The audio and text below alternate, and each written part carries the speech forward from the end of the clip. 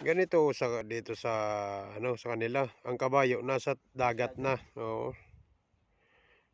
Ayan oh. Oh. Hindi na uso ngayon bangka.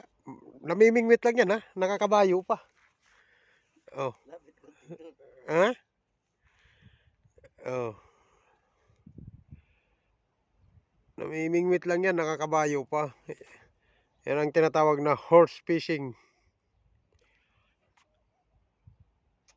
Yan. Dito lang yan matatagpuan. Sa ibang nasyon. Nasaan na? Ayun na. Ayun na oh. Sus. Saan kaya papakainin niya yung kabayo? Oh, wala namang ano.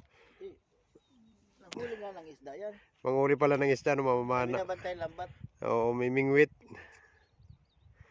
Mamimingwit. Op.